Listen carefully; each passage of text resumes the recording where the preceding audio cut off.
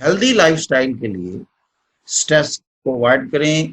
Stress کو avoid کرنے کا سب سے اچھا طریقہ یہ ہے، جن چیزوں میں آپ کا دل لگتا ہے ان کو اپنی زندگی کا حصہ بنائیں اور مجبوری کی زندگی سے جان چھڑانے کی کوشش کریں. دیکھیں یہ بہت بڑا مشکل کام ہے، کیونکہ انسان اکثر مجبور محسوس کرتا ہے. بہت کام اس کو ہر جگہ کمپرومائز کرنے پڑتے ہیں، انڈر کوشن کام کرنا پڑتا ہے، بے بسی کے انداز ہوتے ہیں. These all add to your stress, لیکن دیز تھنگز آر مینیجیبل. آپ کی زندگی بہت قیمتی ہے. آپ اللہ کی ایک انتہائی اہم اور پیاری شخصیت کے مالک ہیں. اس نے آپ کو کریٹ کیا. ہم اکثر تو کہتے ہیں take care of your self, we don't know how to take care of our self. سب سے بڑی بات یہ ہے مجبوریوں سے آزادی حاصل کرنے کی کوشش کریں. یہ معاشرہ آپ کو جکڑتا ہے مجبوریوں سے. ان سے آزادی کا نام ہی تعلیم ہے، ان سے آزادی کا نام ہی آپ کی اپنی شخصیت ہے.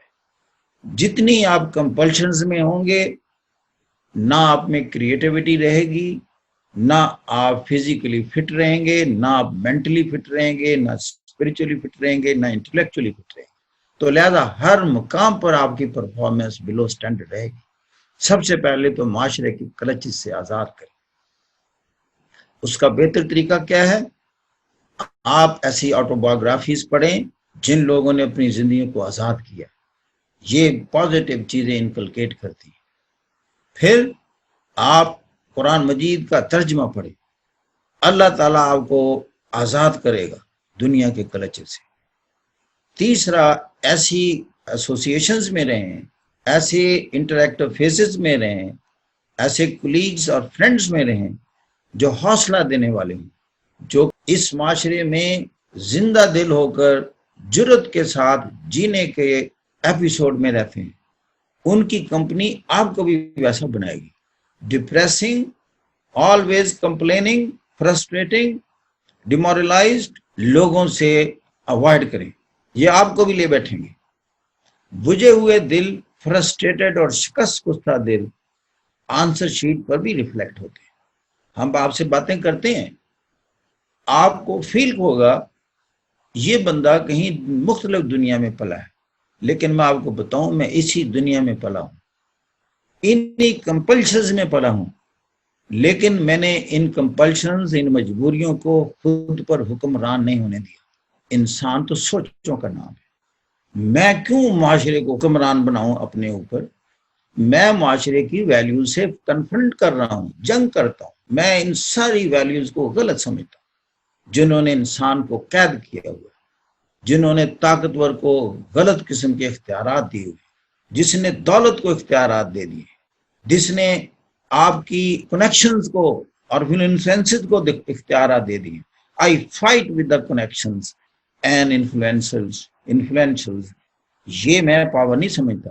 میں کہتا ہوں ایک پاور ہے دنیا میں، بہترین پاور جو سب سے سپریم ہے اور ڈیزرو کرتی ہے رسپیکٹ.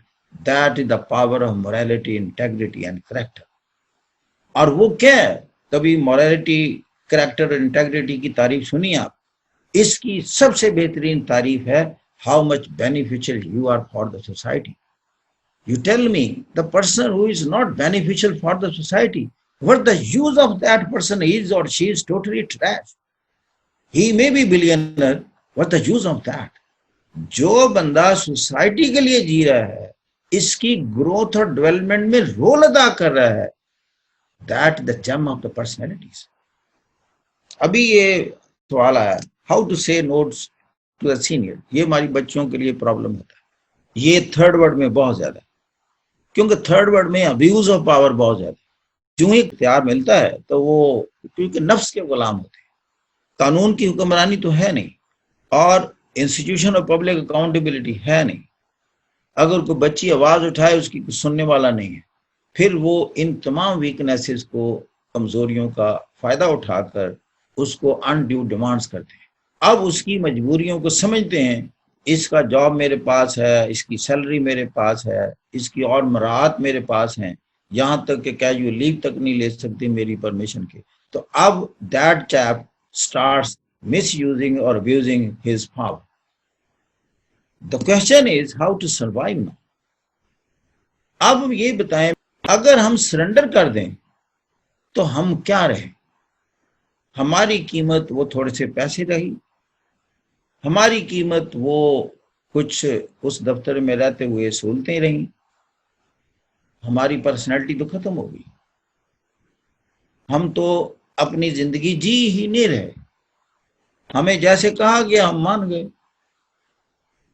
کیا رہے آپ تو ختم ہو گئے، چند پیسوں کے عوض فروخت ہو گئے. کیا آپ کا ضمیر مانتا ہے؟ دوسری بات یہ ہاؤ ٹو سے نو. دیکھیں ایک طریقہ ہوتا ہے کام اپنا پورا کریں دیانتداری سے اور محنت سے، پروفیشنلی کمپیٹنٹ ہوں، لائل ٹو دا آرگنائزیشن ہوں. اس کے بعد state wise no to all bloody demands. There is no way out. Stand at the time like one main.